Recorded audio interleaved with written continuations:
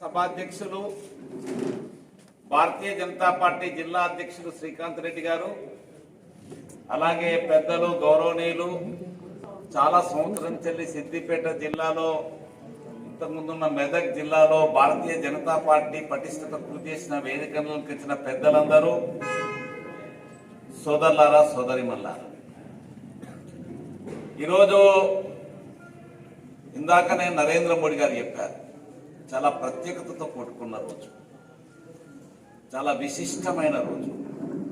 ఒకటికి మనందరికి కూడా పరమ పవిత్రంగా భావించి సాక్షాత్తు మహావిష్ణువే వచ్చి ఈరోజు మానవులకు దేవతలకు సమస్త జీవనాలకి దర్శనమిస్తున్నాడు. అటువంటి మహా గొప్ప రోజు మనందరం కూడా ముక్కోటి ఏకాదశి, వైకుంఠ ఏకాదశి అని పిలుచుకునే రోజు. రెండోది, ప్రపంచవ్యాప్తంగా కూడా శాంతికి, ప్రపంచ సేవకు అనే నినాదంతో ఈరోజు యేసుక్రీస్తు జన్మదినం కూడా జరుపుకుంటూ వస్తుంది. అలాగే మనందరికి కూడా ఆరాధ్యమైన నాయకుడు, ఆదర్శమైన నాయకుడు, మనందరికీ కాదు భారతదేశ ముద్దు బిడ్డలలో ఒక గొప్ప నాయకుడు. కొంతమంది ప్రత్యక్షంగా చూసుంటారు మీరందరూ, చాలా మంది. మనమందరం కూడా అతని నుంచి స్ఫూర్తిని పొందాం. సమాజం అంటే ఏంటి, సేవ అంటే ఏంటి, రాజకీయాలంటే నైతికత ఏంటి, రాజకీయాల్లో ఎలా వ్యవహరించాలా అని చెప్పిన ఆదర్శనీయుడు శ్రీ అటల్ బిహారీ వాజ్పేయి. అలాంటి గొప్ప మహనీయుని యొక్క జన్మదినం. అలాగే మన దేశవాసులందరూ కూడా మరి విదేశీయులకు మద్దతు పలుకుతూ వాళ్ళు ఏం చెప్తే అదే ఊకొట్టే రోజులలో మన స్వాభిమానతను, మన స్వభాభిమానాన్ని, మన భాషలను ఆదరించి అభిమానించి బెనారస్ హిందూ యూనివర్సిటీని స్థాపించిన మహనీయుడు మదన్ మోహన్ మాలవీయ జయంతి. ఇలాంటి అనేక పుణ్య తిథుల రోజు ఈరోజు ముఖ్యమైన రోజు. అదే రోజు మన ప్రియతమ నాయకుడు, మన ప్రధాని ఈరోజు ఈ దేశంలోని 9 కోట్ల రైతు కుటుంబాలు, 9 కోట్ల రైతు కుటుంబాలకు 18,000 కోట్ల రూపాయలు ప్రతి అకౌంట్లో 2,000 రూపాయలు జమ చేసింది. ఇప్పటికి అందరికి వచ్చి ఉంటాయి. మన ముందే వారు ఈ యొక్క విడుదల చేశారు, మనందరికి కూడా వచ్చింది. అంతేకాదు ఈరోజు భారతీయ జనతా పార్టీ కూడా కార్యక్రమాన్ని గురించి ఆలోచించవలసిన అవసరం ఉందని చెప్పింది. ఎందుకంటే ఈరోజు రైతుల పేరు మీద, రైతుల సంక్షేమం పేరు మీద, రైతుల బాగు పేరు మీద కొన్ని రాజకీయ పార్టీలు రాజకీయం చేస్తున్నాయి. వాళ్ళు రాజకీయం చేసేందుకు వీలు లేదని ఇంతకుముందు నరేంద్ర మోడీ గారు అనేక విషయాలు చెప్పారు. కొంతమందికి హిందీతో చాలా ప్రావీణ్యం ఉన్న వాళ్ళు అర్థమై ఉంటుంది. కానీ నేను ఒక్కసారి వారు చెప్పిన విషయాలు కూడా కొన్ని చెప్తూ ఇంకా కొన్ని రాష్ట్రానికి సంబంధించిన విషయాలు కూడా ప్రస్తావిస్తాను. మీరందరూ కూడా గమనించండి, ఈ దేశంలో అతి పేదవాడెవడన్నా ఉంటే రైతు. మొత్తం రైతు యొక్క ఆదాయం నెలకు ఎంత అంటే 6,400 రూపాయలు. ఈ దేశంలో ప్రభుత్వ ఉద్యోగి, మన రాష్ట్రంలో మన సిద్దిపేటలో పనిచేసే ప్రభుత్వ ఉద్యోగి, ఏ ఉద్యోగి కూడా కనీసం 50,000 కంటే తక్కువ వేతనం ఉండదు.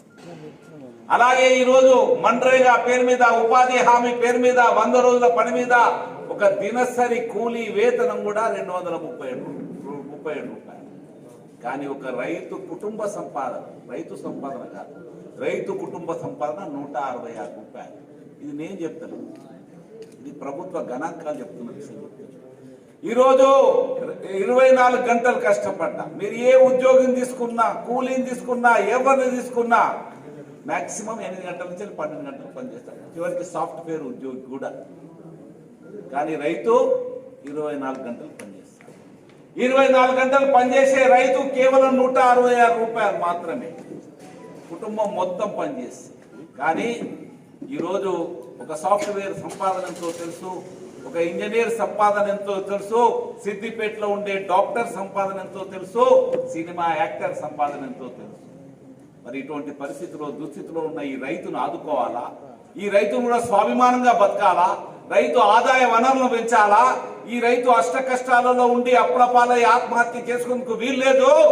రైతు కూడా మితోని సమాజంలోని ఇతర వర్గాల ప్రజల్లాగా స్వాభిమానంతో బతకాలా అని శ్రీ నరేంద్ర మోడీ గారి కొత్త చట్టాలు, 2 కొత్త చట్టాలు, farmers produce trade and commerce promotion and facilitation act, పెద్దగా ఉన్నది పేరు ఇంగ్లీష్లో. ఒక్క పదంలో చెప్పాలంటే ఫ్రీ మార్కెట్, స్వేచ్ఛా వాణిజ్యం. మనం పండించే పండ్లు, మనం పండించే కూరగాయలు, మనం పండించే పండ్లు, వడ్లు, పత్తి, బక్కలు ఏవైనా కానీ మన ఇష్టానుసారం అమ్ముకోవచ్చు. మనం ఎవరికంటే వాళ్ళకి అమ్ముకోవచ్చు. సిద్దిపేటలో అంగడిలో అమ్ముకోవచ్చు. సిద్దిపేటలో అంగడిలో సరైన ధర పలకపోతే పక్కనున్న కరీంనగర్ అంగడిలో అమ్ముకోవచ్చు, వరంగల్లో అంగడిలో అమ్ముకోవచ్చు. అవసరం అనుకుంటే ఇతర రాష్ట్రాలకు కూడా పోయి అమ్ముకోవచ్చు. ఈ దేశంలో కానీ ప్రపంచంలో ఎక్కడ కానీ ఒక నియమం ఉంది, మీరు గమనించండి. ఏ వస్తువు అయితే ఎవరు తయారు చేస్తారో వాళ్ళే ఆ వస్తువు ధర నిర్ణయిస్తారు. ఇది ప్రపంచ వాణిజ్య నియమం. ఇది ప్రపంచ వాణిజ్య నియమం. మైకు తయారు చేసిన ఆయన మైకు ధర నిర్ణయిస్తాడు, సెల్ ఫోన్ తయారు చేసిన ఆయన సెల్ ఫోన్ ధర నిర్ణయిస్తాడు, కుర్చీ తయారు చేసిన కుర్చీ ధర నిర్ణయిస్తాడు. అలాగే ఏ వస్తువు తయారు చేసిన, ఫ్యాన్ తయారు చేసిన ఫ్యాన్ వస్తువు ఇస్తాడు. కానీ ఇప్పటి వరకు ఒక నిబంధన ఉండే, రైతు వస్తువులు మటుకు మాత్రం రైతు పండించే పంటల ధరను రైతు నిర్ణయించే అధికారం లేదు. అంగడి ఏదైతే మార్కెట్, వ్యవసాయ మార్కెట్ తీసుకపోతే అక్కడ ఉండే ఖరీదార్ నిర్ణయిస్తాం, అడితేదారు నిర్ణయిస్తాం. నేను కూడా వ్యవసాయదారుని, రైతులు. మాది జమ్మికుంట, పెద్ద మార్కెట్, వ్యవసాయ మార్కెట్, చాలా పెద్ద మార్కెట్. మేము ఒక దగ్గరికి పోతే మాకు తెలియకుండానే మా ధర నిర్ణయం అవుతుంది. వరంగల్కు మిర్చి పట్టుకపోయేది, మాకు ధర ఎందు మాకు ఎప్పుడు అడితేదారు కొనుగోలుదారు ధర నిర్ణయిస్తాం. ఇప్పటి కూడా అదే పద్ధతి కొనసాగుతుంది. ఎంత ధర అనేది మనకు తెలియకుంటేనే మన ధరను వాళ్ళు నిర్ణయించే అధికారం ఎవడిచ్చాడు వాళ్ళకని నరేంద్ర మోడీ గారి చట్టాన్ని మార్చారు. మీ ఉత్పత్తులు, మీరు పండించే పంటలు మీరు ఇష్టానుసారం మీకు నచ్చిన వ్యక్తికి నచ్చిన ధరకు నచ్చిన చోట అమ్ముకునే అధికారాన్ని ఈ కొత్త చట్టం కట్టబెట్టింది. ఇది రైతు వ్యతిరేకమని మాట్లాడతాడు టీఆర్ఎస్ వాళ్ళు, కాంగ్రెస్ వాళ్ళు, కమ్యూనిస్ట్ వాళ్ళు, ఆపోలు, అకాలీదళ్ళు. ఎలా రైతు వ్యతిరేకమవుతుందని మేము ప్రశ్నిస్తున్నాం. ఎలా రైతు వ్యతిరేకమవుతుంది? నా వస్తువు నా ఇష్టం వచ్చిన చోట ఇష్టం వచ్చిన వ్యక్తికి ఇష్టం వచ్చిన ధరకు అమ్ముకోవడం ఎలా వ్యక్తి అనేది మనం సవాల్ చేయవలసిన అవసరం ఉంది, రైతాంగానికి చెప్పవలసిన అవసరం ఉంది.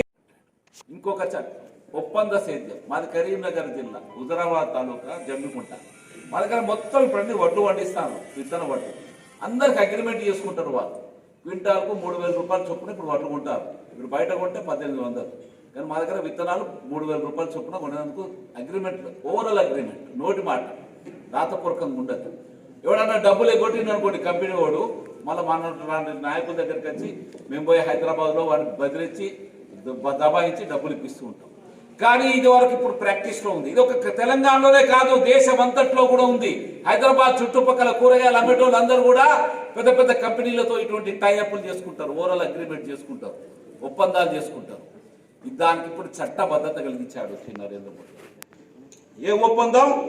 మొదలే ఒప్పందం చేసుకోవడం, రాతపూర్వకంగా తీసుకోవడం, ఆ ధరకు కట్టుబడి కొనుగోలుదారు కొనాలి. ఒకవేళ మార్కెట్లు ఎక్కువ వస్తాయి, సపోజ్ 3,000 రూపాయలకు, నేను ఇందాక హుజరాబాద్ జమ్మికుంట ఏరియా రైతులు ఒప్పందం చేసుకున్నారు వడ్లు వండియాలని, మార్కెట్లో 4,000 అయింది అనుకోండి, సపోజ్ 4,000 ధర ఇవ్వాలి.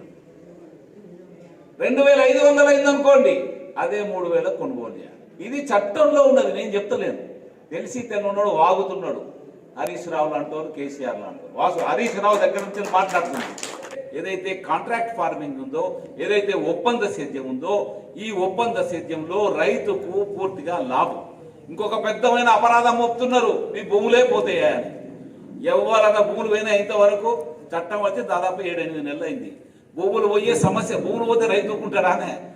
పంటకు ఒప్పందం, భూమి గురించి ఒప్పందం లేదు. పంట విషయంలోనే ఒప్పందం. ఇది కౌలుదారి తెనం నడుస్తుంది మన దగ్గర. పాలు పోంచుకుంటారు, షేర్ క్రాపర్స్ అంటారు వాళ్ళను. పాలు వ్యవసాయం కూడా చేసుకుంటారు. ఇవన్నీ కూడా మనకు నడుస్తున్న వ్యవహారం. కానీ కాంగ్రెస్, కమ్యూనిస్టులు, ఆపు, అకాలీదళ్, మన దగ్గర టీఆర్ఎస్ పార్టీ ఇవన్నీ కూడా తప్పుడు ప్రచారం చేస్తున్నాయి.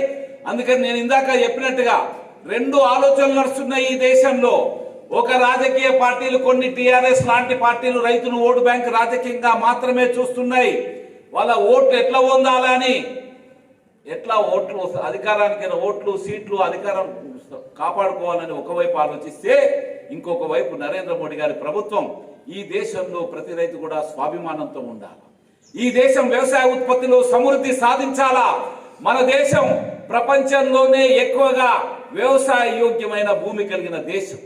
మన దేశం చాలా చిన్న దేశం. ప్రపంచ పట్టణంలో మీరు కనుక చూస్తే 2.4% భూభాగం మాత్రమే ఉంది ఈ దేశం. 2.44% ఉన్న భూభాగంలో 9% కంటే ఎక్కువ ప్రపంచంలో వ్యవసాయ యోగ్యమైన భూమి కలిగిన దేశం. మంచి ఎండలు కొడతాయి, మంచి వానలు కొడతాయి. దేశమంతా కూడా ప్రపంచంలో అమెరికా కానీ, జపాన్ కానీ, రష్యా కానీ, చైనా కానీ ఎక్కడ కాడా భారతదేశంలో ఉన్నంత వ్యవసాయ యోగ్యమైన భూమి అమెరికాలో మనతో సమానంగా అమెరికా ఉంది. మిగతా ఏ దేశంలో ఈవెన్ చైనా మనకంటే చాలా ఎంతో పెద్ద దేశం భౌగోళికంగా, అయినప్పటికీ ఇక్కడ ఉన్నంత వ్యవసాయ యోగ్యమైన భూమి లేదు. అలాగే కష్టపండించే రైతులు ఉన్నారు. నిత్యం రేయనక పగలనక ఎండనక వాననక వడదెబ్బడకుండా కష్టపడి పండించే రైతులు ఉన్నారు. ఈ రైతుల శ్రమతో ఈ రైతు కూడా సమృద్ధి సాధించాలి, ఆర్థిక సామాజిక సమృద్ధి సాధించాలి. ఈరోజు సామాజిక సమృద్ధి అనే పదం కూడా వాడుతున్నారు, కొందరికి అర్థం కాకపోవచ్చు. ఈరోజు సామాజికంగా రైతు చాలా కింద ఉన్నాడు. కింద అంటే కింద. ఈరోజు ఎవరైనా అమ్మాయిని ఇస్తాను రైతు వ్యవసాయం చేస్తానంటే ఊళ్ళలో, నా ఊళ్ళో 25 మంది పెళ్లి కాకుంటున్నారు. దాదాపు 30 ఏళ్ళకు దగ్గరగా అయిటారు. వాడు 30, 33 ఉన్న 34 ఏళ్ళు ఉన్నాడు, వాడు 25 ఏళ్ళ పై ఉన్నాడు. నా ఊళ్ళో 30 మంది పెళ్లి అయితే లేరు వ్యవసాయం పనిచేసేటోడికి. ఇట్లా అన్ని ఊళ్ళల్లో ఉంటారు. నేను ఛాలెంజ్ చెప్తున్నా, మీ ఊళ్ళలో కూడా ఉన్నారు. వ్యవసాయదారుడు అంటే పిల్లనిచ్చే పరిస్థితి లేదు. చివరికి వ్యవసాయం చేసే రైతు కూడా తన ఆడపిల్లను ఇంకో వ్యవసాయదారునికి ఇస్తుంది. అదే డాక్టర్ అంటే number 1 priority, software engineer number 1 priority. America అంటే ఇంకా ఎక్కువ మోజు, మీ అందరు కూడా తెలుసు. మరి ఈరోజు అటువంటి సామాజికంగా కూడా చాలా కింది స్థితిలో, ఆర్థికంగానే కాదు సామాజికంగా కూడా చాలా కింది స్థితిలో ఉండే రైతును ఈరోజు ఆర్థికంగా అభివృద్ధి చేయాలని నరేంద్ర మోడీ గారు ఈ కొత్త చట్టాలను తీసుకొచ్చారు. ఈ కొత్త చట్టాల వల్ల ఏం ప్రయోజనం కలగబోతుంది? మన రైతు కూడా, ఇంతకుముందు మోడీ గారు చెప్పారు, మన రైతు కూడా ప్రపంచంలో ఎక్కడైతే ఆకలి ఉంటో ఆకలి తీర్చే రైతుగా మారాలి. మన రైతు యొక్క ఉత్పత్తులు, ఈయన పండించే పంటలను కూడా ప్రపంచంలో విదేశాలకు ఎగుమతి చేసుకునే పరిస్థితి కలగాలి. ఇవన్నీ కూడా 1 ఎకరం 2 ఎకరాల రైతులు చేయగలుగుతారా? ఇక్కడి నుంచి ఊళ్ళకెళ్ళి సిద్దిపేటకి తీసుకురాలేదు, ఈయన అమెరికా ఇక్కడ ఎగుమతి చేస్తాడని అనేటోళ్ళు కూడా ఉన్నారు. కానీ ఒక రైతుగా ఉండదలుచుకోలేదు. ఒక రైతును సంఘటిత శక్తిగా ఫార్మర్స్ ప్రొడ్యూసర్ ఆర్గనైజేషన్, ఇందాక మోడీ గారు చెప్పారు, ఈ దేశంలో 10,000 ఫార్మర్స్ ప్రొడ్యూసర్ ఆర్గనైజేషన్ ఏర్పాటు చేసి ఒక్కొక్క రైతును సంఘటిత శక్తిగా మార్చి వాళ్ళ ఉత్పత్తులన్నిటినీ కూడా పెద్ద పెద్ద కంపెనీలతో ఒప్పంద సేద్యం చేసుకొని వాళ్ళ ఉత్పత్తులు, వాళ్ళు పండించే పంటలన్నీ కూడా దేశంలో అవసరం ఉంటే ప్రపంచంలో ఎక్కడైనా అమ్ముకునే వెసులుబాటు కల్పించి తద్వారా రైతు యొక్క ఆదాయాన్ని పెంచాలి. 2022 వరకు రైతు ఈ రోజున్న ఆదాయాన్ని డబుల్ చేయాలనే లక్ష్యంతో నరేంద్ర మోడీ గారు ఈ కొత్త చట్టాలను తీసుకొచ్చారు. ఈ కొత్త చట్టాలు పూర్తిగా రైతు ప్రయోజనం. ఎవరు అద్దన్నా వడ్డుకున్నా ఏం చేసినా గానీ ఈ చట్టాలు అమలు కాబోతున్నాయి. మన దేశంలో వ్యవసాయ రంగం యొక్క సమూలంగా మార్పులు కాబోతున్నాయి. ఇప్పుడున్న ఈ దుస్థితి, ఇప్పుడుండే నేను ఇందాక చెప్పినట్టుగా సామాజికంగా ఆర్థికంగా అధోగతిలున్న రైతు, అప్పుల పాలవుతున్న రైతు, ఆత్మహత్యలు చేసుకుంటున్న రైతు రాబోయే రోజుల్లో ఎట్టి పరిస్థితుల్లో కూడా ఆత్మహత్యలు చేసుకోకుండా ఆత్మాభిమానంతో బతికే రోజు కొరకే ఈ కొత్త చట్టాలు తీసుకొచ్చారు. అలాగే నరేంద్ర మోడీ గారు కూడా ఈ రైతు ప్రయోజనాల కొరకు, రైతును రక్షించే ఉద్దేశంతో, రైతును లాభపరచాలనే ఉద్దేశంతో అన్ని రకాల పథకాలను కూడా తీసుకొచ్చాడు. ఆ పథకాలను వాటన్నిటి కూడా మన సిద్దిపేట రైతులు కూడా ప్రయోజనం పొంది మరి రాబోయే రోజుల్లో సిద్దిపేట రైతులు కూడా సగర్వంగా బతికేందుకు మరి తప్పకుండా అవకాశం ఉందని చెప్తూ, ఆ ఉద్దేశంతోనే, ఆ లక్ష్యంతో ఈరోజు మన ప్రియతమ నాయకుడు అటల్ బిహారీ వాజ్పేయి గారి జయంతి సందర్భంగా మనం ఈ కార్యక్రమాన్ని నిర్వహిస్తూ రైతాంగానికి విశ్వాసాన్ని కలిగించాలి, రైతాంగం పట్ల నరేంద్ర మోడీ గారిని బలపరచాలి, బీజేపీని బలపరిచి వాళ్ళ యొక్క ఆదాయ వనరులను పెంచుకొని వాళ్ళ యొక్క స్థితిగతిని మార్చుకునే ప్రయత్నం చేయాలని మనం విజ్ఞప్తి చేయవలసిన అవసరం ఉందని మీ అందరికి కూడా విజ్ఞప్తి చేస్తూ, మరి ఈ చక్కటి చాలా నిన్ననే మన శ్రీకాంత్ చెప్పారు ఈ కార్యక్రమం గురించి. అయినా ఈ తక్కువ సమయంలో కూడా మీ అందరినీ, మనందరినీ కలిపి చక్కటి కార్యక్రమం నిర్వహించిన శ్రీకాంత్ రెడ్డికి జిల్లా పార్టీ కూడా ధన్యవాదాలు చేస్తూ ముగిస్తున్నారు. భారత్ మాతాకి.